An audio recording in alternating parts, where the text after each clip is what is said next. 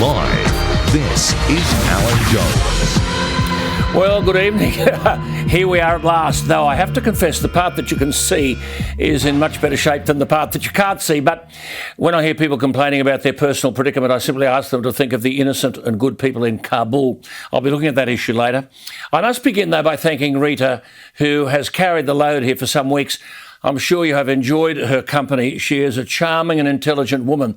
I'll be speaking to her tomorrow night to thank her, but also about an outstanding essay she's written in an anthology of essays about to be published called Australia Tomorrow. Rita has written splendidly, extraordinary story.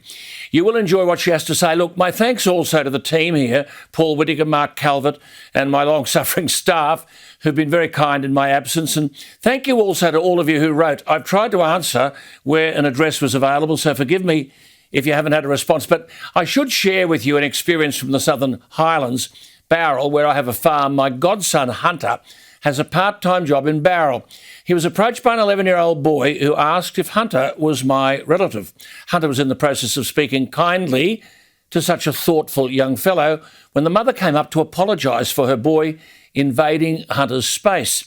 Hunter courteously thanked her and told her no apology was necessary. Well, about 4 hours later, the same young fellow approached Hunter with a card in an envelope for Mr. Jones.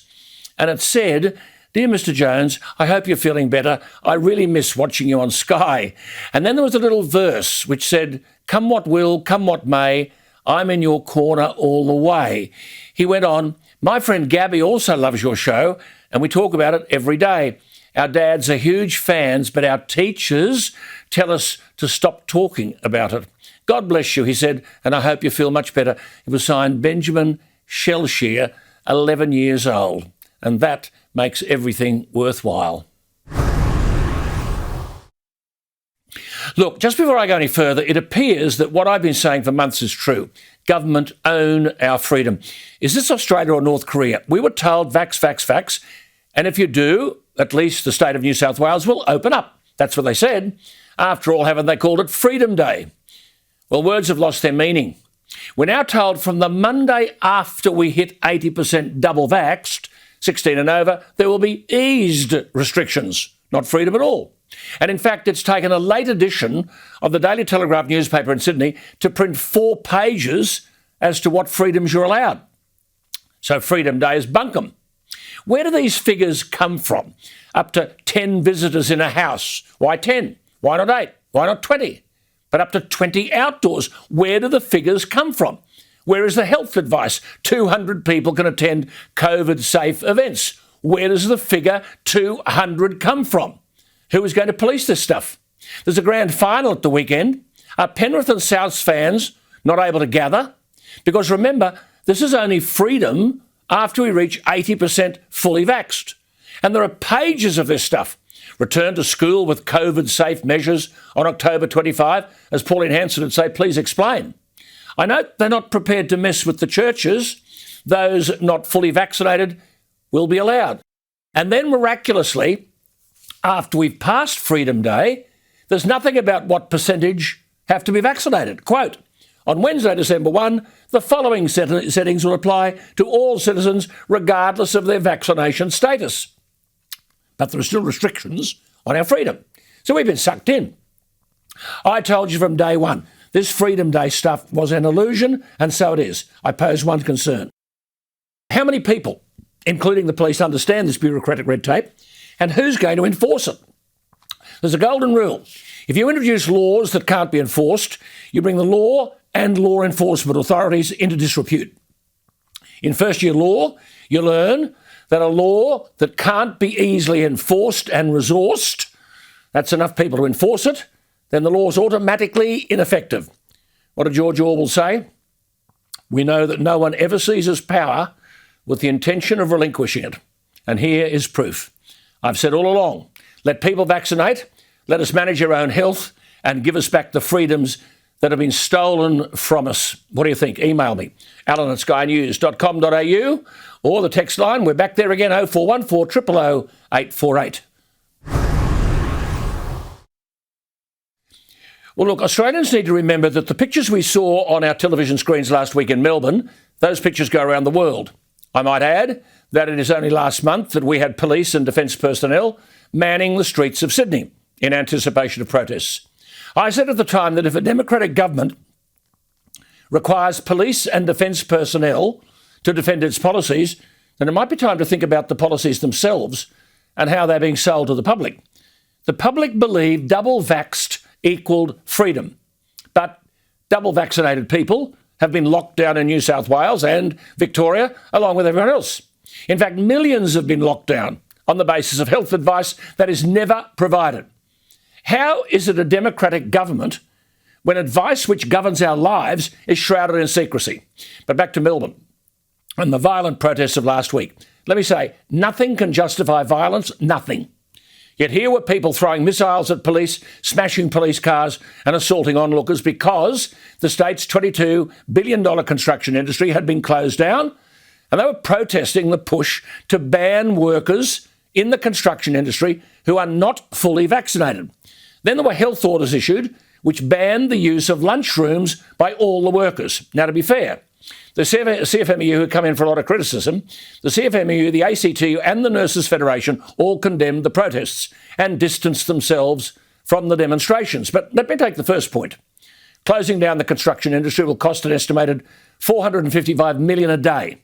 It could be argued that the closure of a whole industry on the basis of cases, when our own health figures indicate that 99% are mild, the closure of a $22 billion industry for 2 weeks is provocative by government. But it's the other issue that will remain unresolved until there's national leadership. And that's the push to ban workers, not just in the construction industry, but in many other industries who are not fully vaccinated. I warned, and I think I was the first to do so way back in February this year, that government faced a major problem with vaccination. I forecast it could prove a minefield for business, and so it is.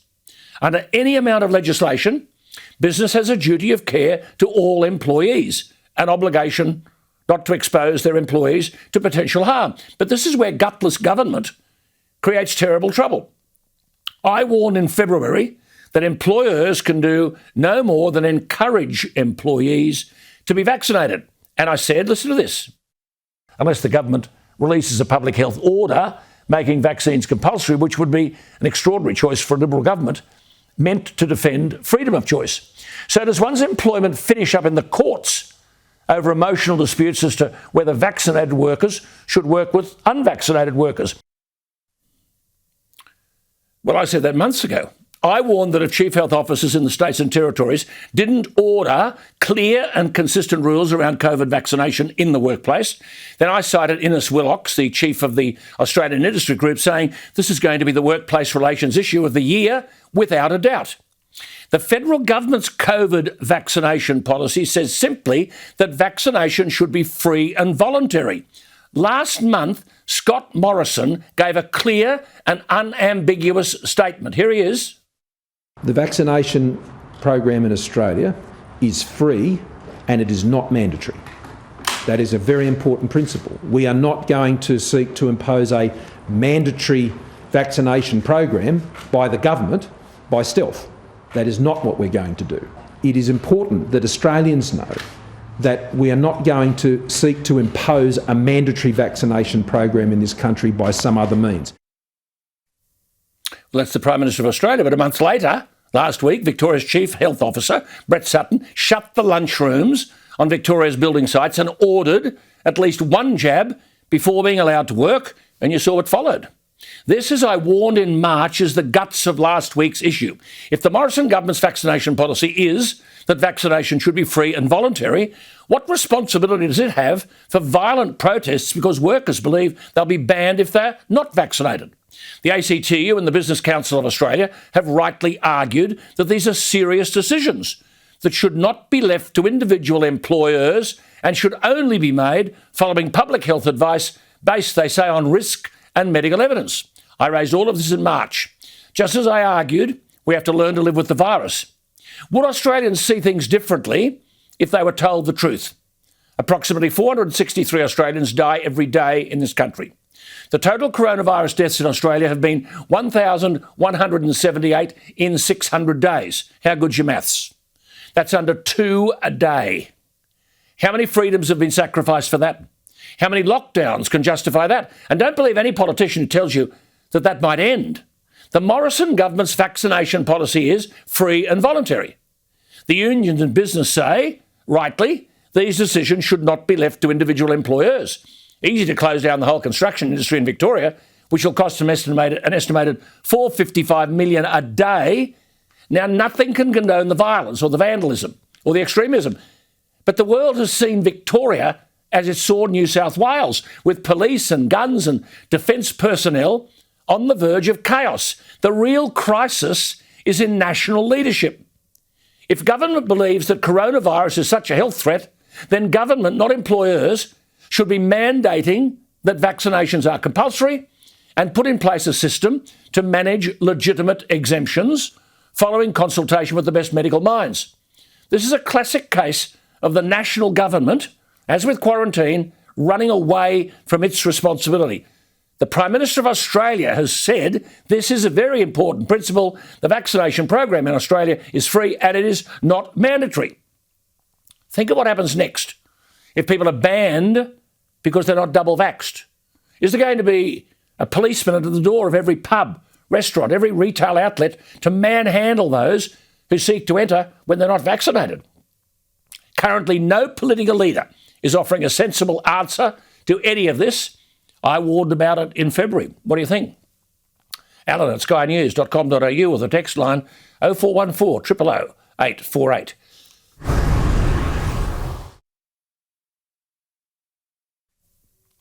Look, I want to say something about coronavirus which has befuddled me. If you went to the doctor and said you felt you had problems with your heart or with your breathing or you had pains in your chest, the doctor would examine you, but one thing is for certain, you wouldn't leave the surgery empty-handed. You'd be given something to prevent a worsening of the condition. What happens with coronavirus? You test positive, and they tell you to isolate.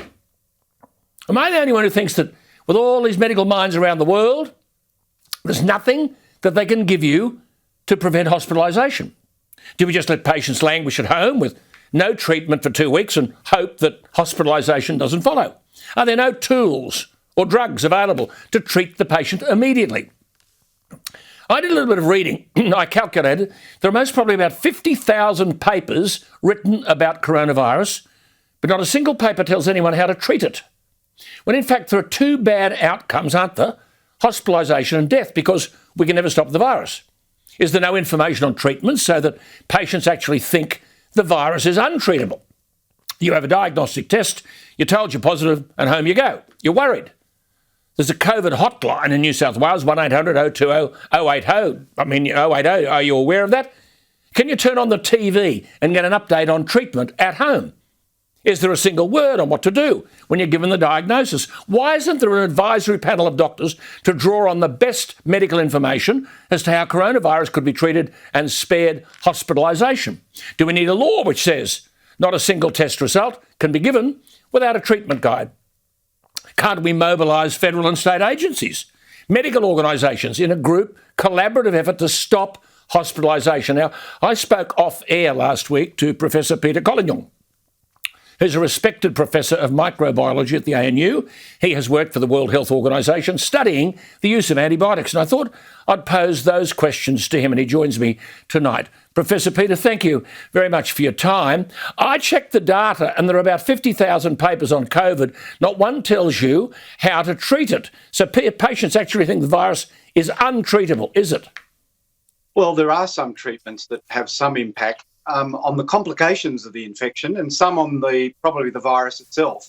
But it's not like, for instance, if we get pneumonia with a pneumococcal germ, when penicillin was invented, that killed the bacteria and it did very well. It doesn't make your risk zero, but instead of having a 90% chance of dying if it was in your blood, your chances went down to 10% or less. And the hope is that we'd have some, antiviral for COVID as well, like we do now for HIV and a whole lot of herpes viruses. But the first major drug that was used, remdesivir, well, it has some effect, but nowhere near like an antibiotic against bacteria. And a whole lot of others have actually not been very effective. What we do know is if you're seriously ill with COVID and you need ventilation, you're on a ventilator, giving you steroids, something called dexamethasone, decreases your chance of dying by about 30%. But equally, if you've got mild disease, it doesn't help and may even give you more complications. And So, Peter, so in the whole world, are there no resources you can call, no emergency hotlines, no referrals? I mean, it's unimaginable to the layman that you could have a complete and total blind spot in relation to this one disease. I mean, should federal and state agencies and medical organisations form a collaborative effort to stop hospitalisation? Well, I think they should, and I think to some degree they are. And there are groups together looking at all the different drugs and putative therapies and trying to see what may work, and then setting up trials to check their work. You can think of a whole lot of other infections, influenza for that matter, or the common cold virus. You get that, and you've got to treat the symptoms and then any complications that occur, but you can't actually treat the underlying virus. So there's a lot of other viruses, and even HIV were in that situation for a while and took many years to develop a drug. Now, there are oral drugs being looked at that hopefully will have a lot of effect, but realistically, that's another year or two down the line. What we now have to do is most disease that people get, particularly if they're younger, is very mild or even asymptomatic. You don't want to put those people in hospital. But the people who deteriorate and need oxygen or other therapies such as monoclonal antibodies, for instance, they're the ones you have to identify, get to hospital so you can treat them. Yes. So you slow down the progress of their disease. But Professor, the reality is... Yeah, sorry. The one thing that's bothered me right through this is that I just look at those WHO figures every day and they tell us that 90% and more than 90% of these cases are mild. But at the moment, I mean, kids are worried, parents are worried, everyone's worried. They think this is sort of the Black Death. Why don't we say to the people, look, we keep talking cases. Is that a valid way to go about this when many of these people have a mild case of it and they'll recover from it? I mean, well, there must be... Go on, sorry. No, I was going to say, I think as time goes on, it won't be valid. It was valid when we were trying to keep numbers really low because we had no vaccine and not very good therapy. But now that we've got a very effective vaccine at decreasing hospitalisation by 90%, we have to start looking, as I think Germany is going to do, Singapore is doing, at hospitalisation and death. Correct. Because that's the crunch that occurs. Because you can have a lot more cases, but if you don't want to be sick at home for a few days, but what we want to do is stop people getting to hospital and dying. Yeah. And we're going to have a lot less of that as time goes on, and that's what we need to measure. They're still talking cases every day, though, aren't they? I just want to come back to this remdesivir because you mentioned off-air to me it's an antiviral medication. Hasn't the TGA granted provisional approval to remdesivir for use in adults and adolescent patients with severe symptoms that have been hospitalised? Is that a treatment? It is a treatment, and it's based on a US trial. Another Chinese trial didn't show it worked, and data I saw last week, it's looking, nowhere near the decrease in death rates that they were pushing, or even hospitalisation being shorter. But the reality is, you've got to go with some trials. You see it. You've got to keep on collecting data because some things that look very good turn out to be not all that flash. But other things, monoclonal antibodies, for instance, do look like they make a difference, particularly to people who are unimmunised. But that actually shows the effect of vaccination. You're better off having the antibodies before you meet the virus rather than afterwards. Because now, Peter Collignon, just on that antibodies. Now, in America, President Biden's making a song and dance about monoclonal antibody therapy. I read where it was a way of treating COVID-19 and preventing hospitalisation and reducing viral loads and so on. Biden was boasting that they were selling it as a means of preventing hospitalisation. What is your view on that? Well, it does seem to work. It's very expensive, and I can see why the Americans are promoting it. But the reality is you're really giving antibodies to people because they haven't got any already. Now, if you're vaccinated, you've already got the antibodies, so you've got protection. So this is therapy that seems to be effective, but it's much better prevention, which means getting vaccinated and having the antibodies, so you don't actually need them infused into you. So there are lots of things we can do to make people better, whether they're immunised or not. But the biggest protection we can get is to protect ourselves from, hospitalisation. And we can do that with the vaccines because they seem to be 90% protective for over 6 months, if you look at the right age group, all age groups, and death. And that's the way to go if you want to decrease your risk and your risk to others. So it's fantastic to talk to you and get this sort of clarity. Just before you go, though, vaccinations you just mentioned, does their effectiveness decrease over time? And I just wanted to ask you too about obesity.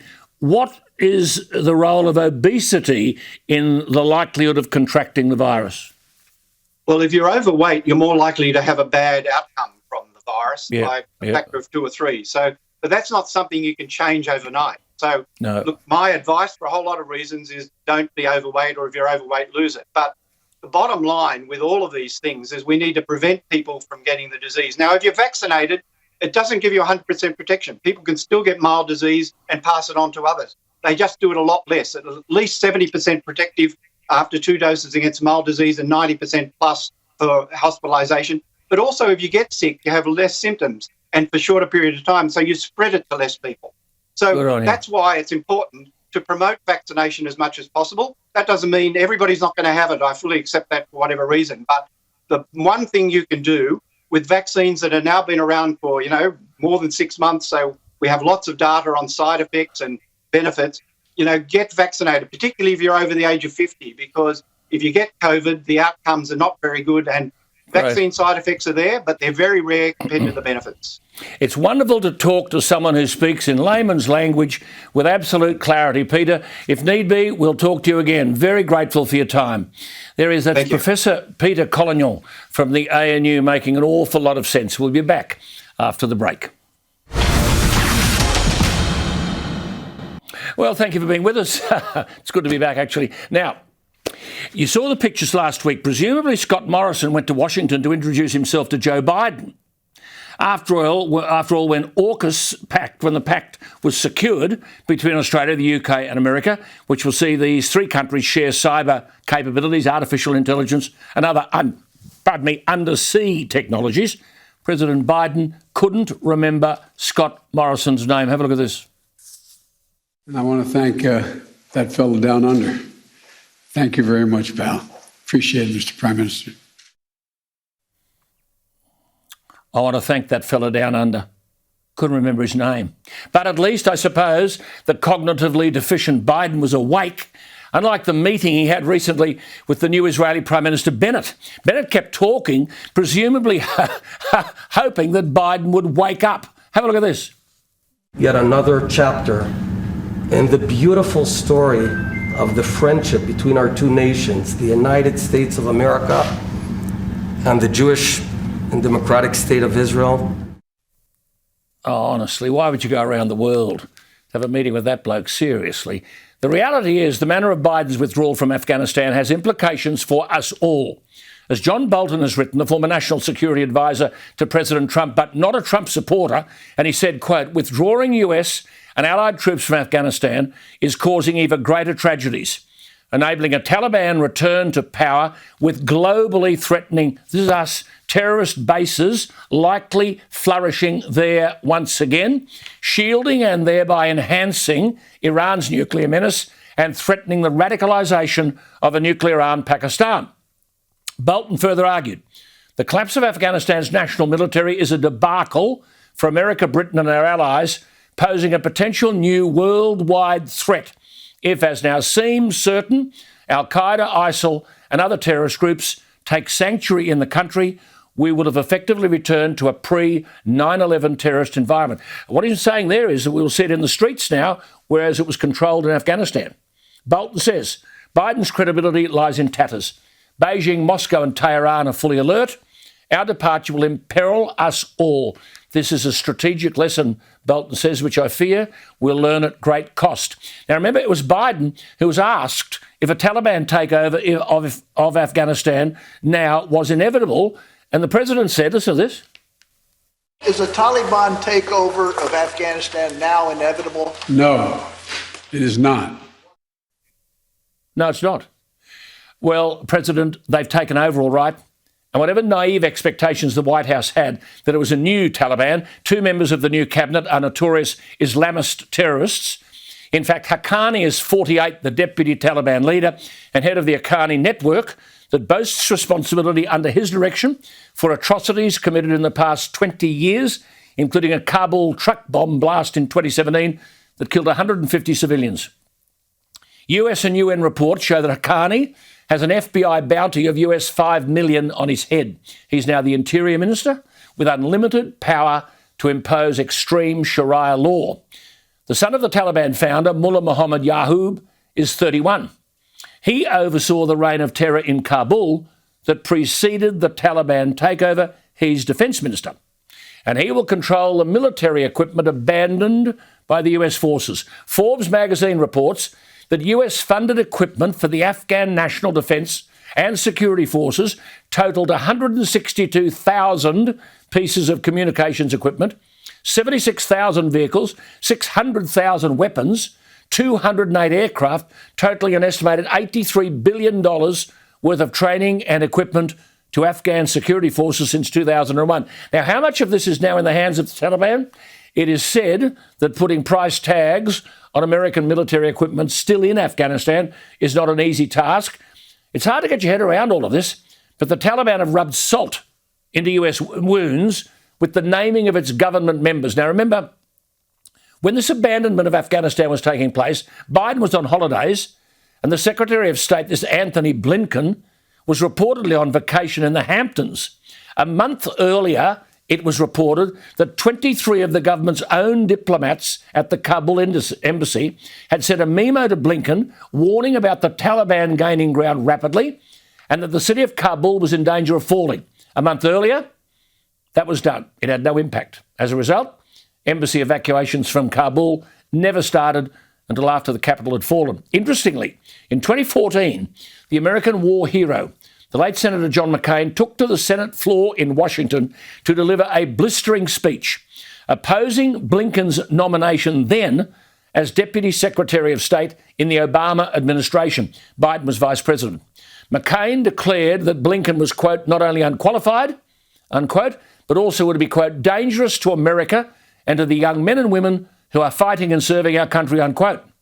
The Washington Post now argues that, quote, if Biden is correct, that not one single person in Biden's circle of advisors, in or out of uniform, pushed back on his plan to withdraw no matter the conditions on the ground, or made the case for leaving a residual force, then that is a shocking indictment of his national security team, unquote.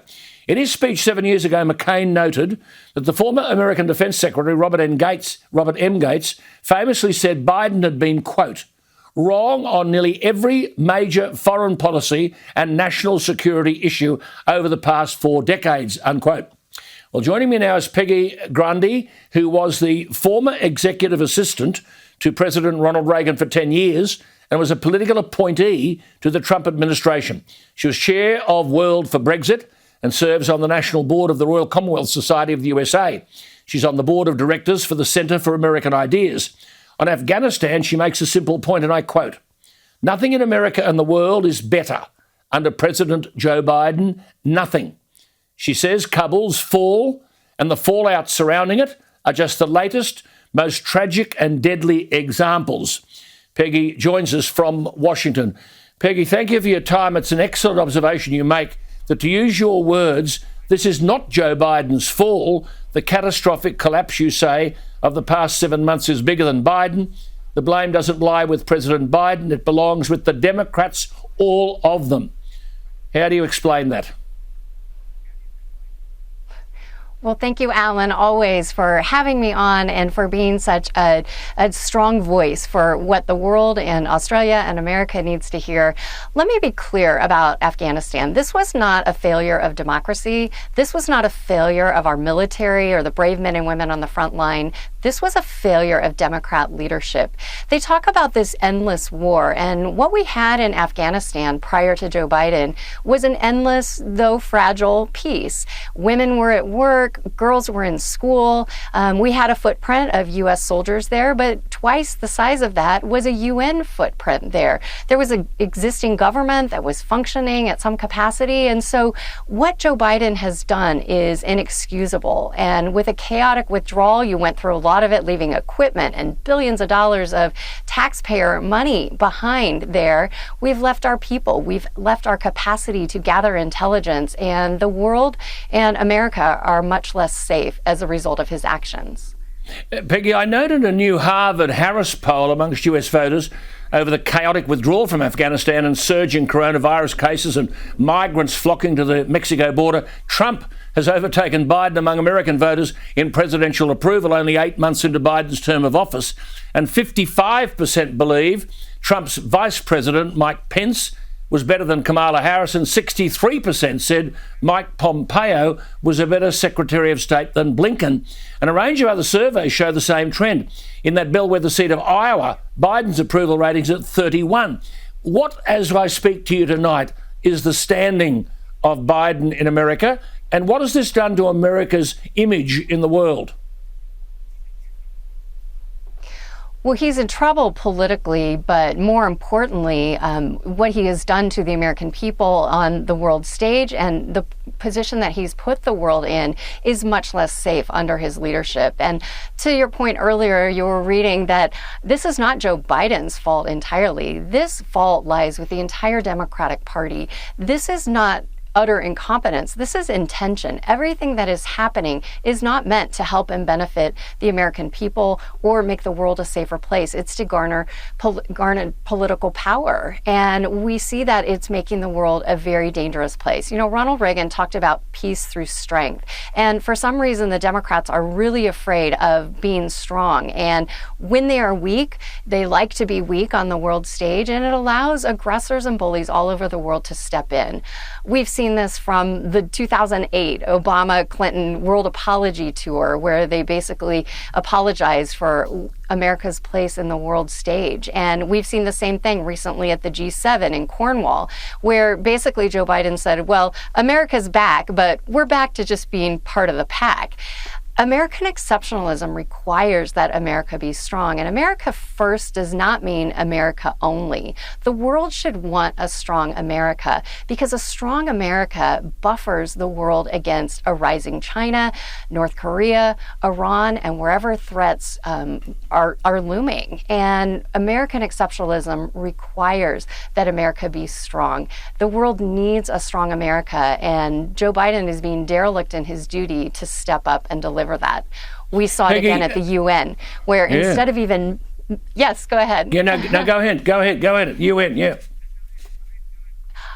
I was going to say, I mean, the list goes on and on of examples, but recently at the UN, we saw Joe Biden take the stage, and not once did he even mention the word China or call them by name. He said, we don't want a new Cold War.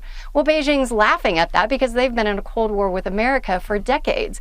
He's shadowboxing with the environment, using climate as the distraction from all the world's problems. I do agree with one thing Joe Biden said at the UN, and he said, we're in a time in our world when there's great problems, and it requires great leadership out of America. But sadly, I disagree with him in the sense that we do not see that great leadership coming from the White House right now. Peggy, Democrats openly blaming Biden and regretting their endorsement of him. I mean, here's a man, we just saw him there talking to the Israeli Prime Minister. He's in cognitive decline. But if he goes, we get Kamala Harris. And that's frightening.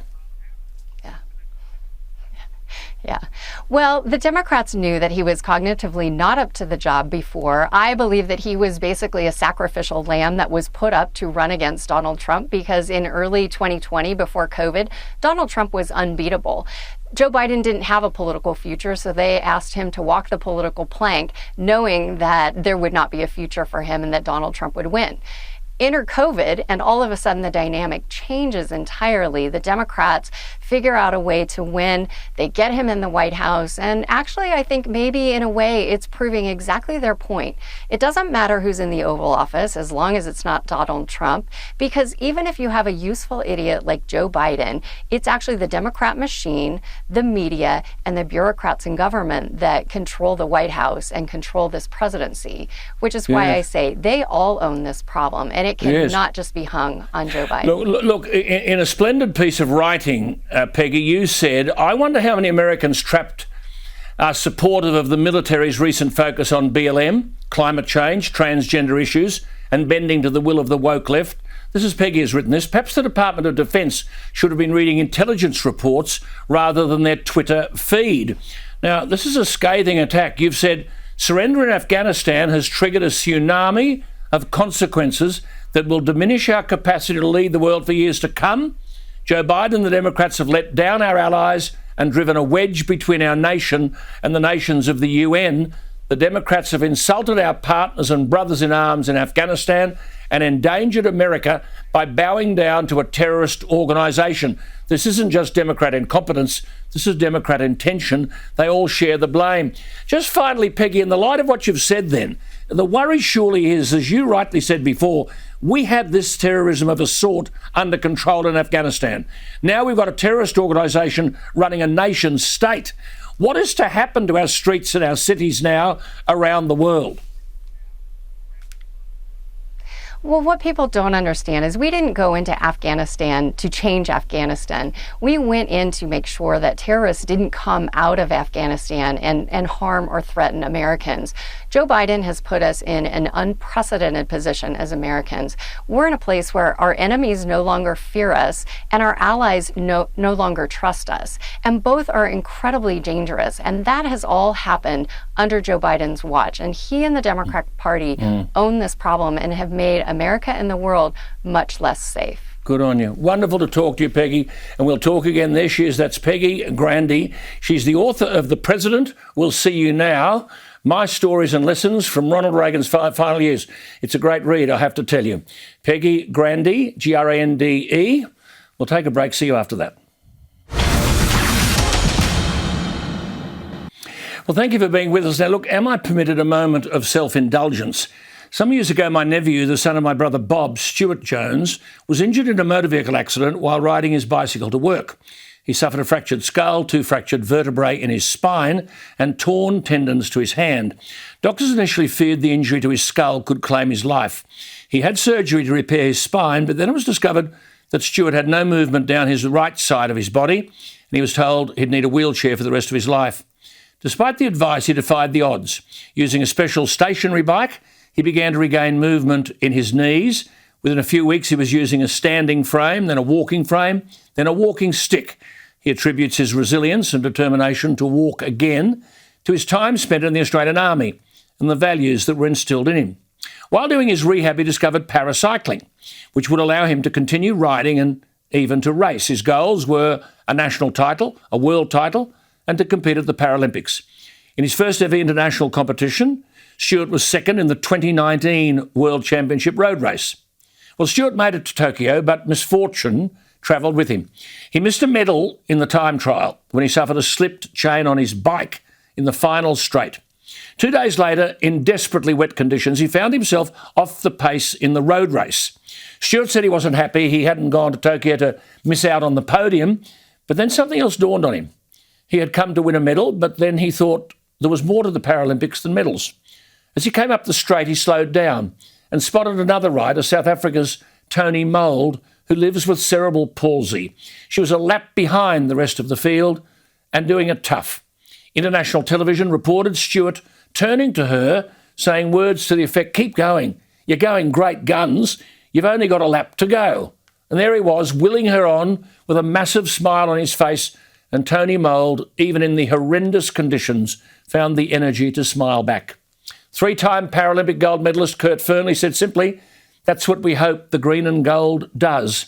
The chef de mission of the Paralympic team, Kate McLaughlin, praised Stuart's gesture. I emailed Stuart to congratulate him, and part of his response is worth sharing. He said, "I did nothing other than support another athlete in their quest to overcome adversity." He said, "I actually came across Tony at the bottom of the climb, roughly 2 to 3 kilometres from the finish line.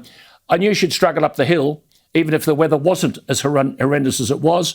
My chance to podium had been lost at this point, so I ceased my race and stayed with her until that finish line, encouraging her all the way up the hill, not just from the finish straight."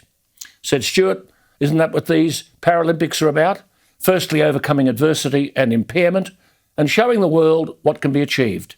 He said, "I feel privileged to witness such a determined person as Tony Mould achieve her dreams." He said, "I also feel honoured to have represented Australia. While I didn't achieve a podium finish, I've gained so much more." Unquote. There he is. As my dearly departed friend Sir James Killen would say, if that's not a good story, we are in trouble. My nephew Stuart Jones, and a special story from the Paralympics. Well, Tucker Carlson joked weeks ago on American television that Australia had returned to a penal colony. The sad reality is, when you look at the behaviour of rogue state premiers, he is correct. And then there's Queensland, remaining firm on its border closure. Peter Gleeson is now the Queensland political editor for Sky News, as well as writing for the Courier Mail. He joins us from the Gold Coast. Gleeson, thank you so much for your time. Good to see you. Scott Morrison said on July 2 that lockdown should only be a last resort. In Queensland, it seems to be the only resort. Yeah, and the problem is, Alan, that it's turning so many business into basket cases, and therein lies the problem at the moment. You've got this government in Queensland and you've got this government in WA, by the way, Alan, who are hell-bent on being the only states in the world to stop their people from getting the Delta variant. It's a big ask, but the way the polling is being done now by the Labor Party, the internal polling suggests that they want to keep the Delta variant out of their states because that's their only chance of being re-elected last time. We saw what happened with Anastasia Palaszczuk in October last year when she won the election. It was a referendum on COVID, and now, Alan, she's putting all her eggs into the health basket. And as far as the economic melee in Queensland, well, that can sort itself out further down the track. But Gleeso, she said she was unwilling to reopen as, quote, 80% actually takes you backwards, and I don't want that for Queensland. I mean, what the hell does this mean? 80% takes you backwards? Well, it means that she's going to pursue 90%. They dismissed that as speculation last week. It was spot on, Alan. 90% is the target. And even then, they are going to use the Doherty modelling to fashion an outcome that they want. They do not want to open the borders of Queensland because they are absolutely scared of the Delta variant getting out of control and causing a major... But Alan, the problem is too the Queensland hospital system. Have a look at Queensland Health, the way they've buggered up this whole pandemic, and then multiply that by 10 as to how they run the hospital system. Ramping is rife in Queensland. It is absolutely rife. They do not have the capacity to cater to a massive outbreak of the Delta variant, and therein lies one of the issues that's keeping these borders closed. So does the Premier of Queensland actually stand by and say, OK, hotels, restaurant, tourism operators, you'll go another Christmas without interstate visitors? Gleeso, people are listening to you at the moment all around Australia. You know Queensland backwards. Today's September 27. People are planning their Christmas, or their mugs if they're not. Will people who are not in Queensland today, in your opinion, be able to travel to Queensland for Christmas? No, it'll take a miracle. It'll take a seismic shift in this government's policy. They do not want to flirt with the Delta variant. They've made that very clear. And if they do something, there is a miracle, it'll come with all these caveats, like double vaccination, all that sort of thing, these sorts of protocols. So to answer your question, Alan, I wouldn't be getting on What If or Stays or Booking.com anytime soon. Astonishing. Tell us about Griffith Street in Coolangatta and Surfers Paradise. Unbelievable, Alan. I was down there only recently. I'm about 3 kilometres from one of the most iconic beaches in the world, that's Surfers Paradise.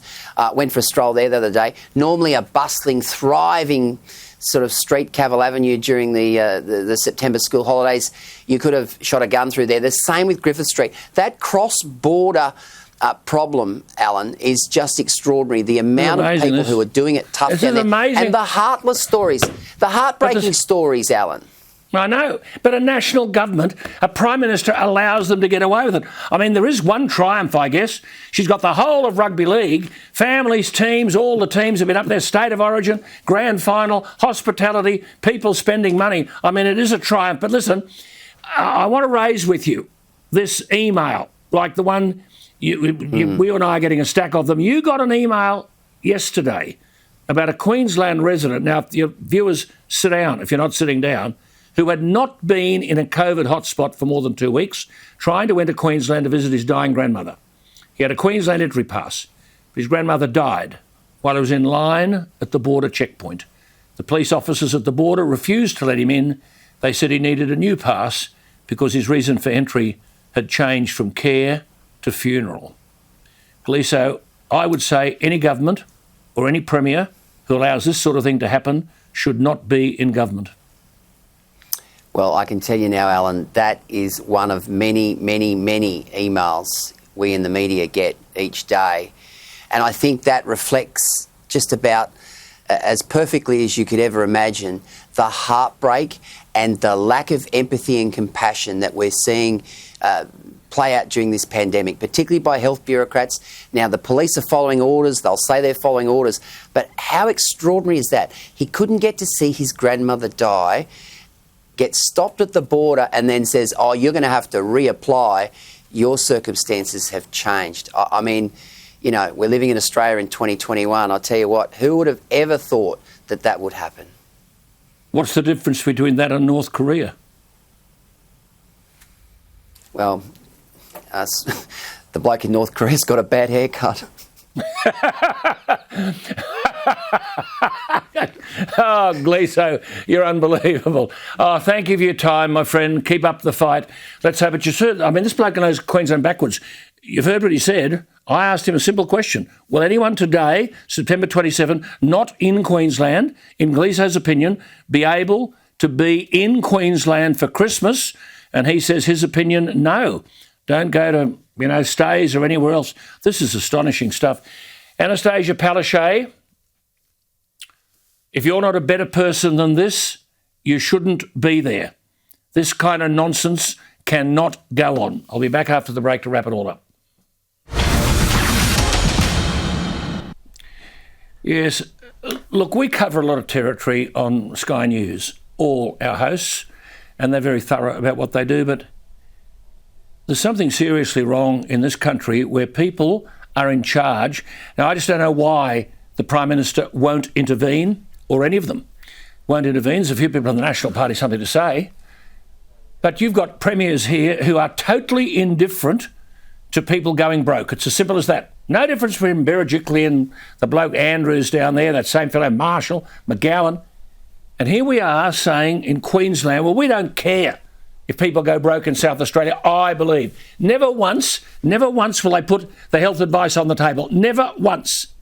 Now, how the hell can we survive in a democracy when the advice which is based, or at least the advice that's offered, which determines how we live, is never shared with us? Berejiklian talks about Freedom Day. They're not Freedom Days. As I said earlier, the Daily Telegraph's taken 4 pages to outline all the restrictions that will follow on Freedom Day. But people vaccinated because, thank God, I don't really believe in vaccination, but I'm going to vaccinate because I don't want to be locked out. Now, double vax, you're locked down. Double vax won't get you to Queensland. The national government has got to stand up to these people immediately. Just before we go, you'd be entitled to say, I don't believe this, but here's a Trivial Pursuit question. How many COVID-19 tests have been conducted in Australia? What would you say to 37 million? What would you then say to the fact that the total positive tests are 0.3%? 0.3%. Think of the alarmism, the fear, the hysteria, the daily press conferences, the lockdowns, the misery that's been created, business bankruptcy, youth suicide, children's education destroyed, and a debt now totaling, according to the global investment bank UBS, $2 trillion by 2024-25, 80% of the country's wealth. In relation to the number of tests, remember we're told they're free. That's rubbish. Private pathology companies get a Medicare subsidy, your money, $85 per test. Public laboratories, again, your money, $42.50. Just supposing private pathology, rough rule of thumb, are responsible for 20 million of the 36 million tests. What are your sums like? 20 million by $85. That's 1.7 billion. Do you own pharmaceutical shares? Then we're told the vaccines are free. Another distortion of the truth. And they won't give you any clue as to what this is costing. Well, someone has to pay. And let our politicians be warned they'd better not start raising taxes. In Britain, Boris Johnson's in big trouble. He has the same coronavirus cost crisis. He's raised taxes to their highest level since the Second World War, abandoning 2 of his flagship manifesto pledges from the 2019 election, a national insurance levy. It's opened up a simmering civil war within the Tory party, with the Prime Minister left to rebut claims that he's betrayed Conservative voters and insists that he still wants low taxes. But working pensioners will pay the levy for the first time, the self-employed will pay, and the tax on dividends will rise 1.25 percentage points. Total taxes, remember, will rise in Britain to the highest level since the years immediately after World War II. Now, the Morrison government are going to have to tell us, have a look at the polls today, I'll talk about that tomorrow night, how they expect to pay the coronavirus bills. They've written along on the argument that coronavirus tests are free, vaccinations are free. This, of course, is rubbish. The government has signed big, undisclosed deals with pharmaceutical companies. You and I will pay. Which brings me to the thought for the night. I'm reminded of the sad observation of Ludwig von Mises, who was an Austrian economist and historian. He wrote about the contributions of classical liberalism. And he famously said, "I had hoped to be the agent of reform, but it turned out I was merely the chronicler of decline," unquote. Which is our national government to be? The agent of reform or the chronicler of decline? No decline in Paul Murray's popularity. The public love him. He's up next. I'll see you tomorrow night. Good night.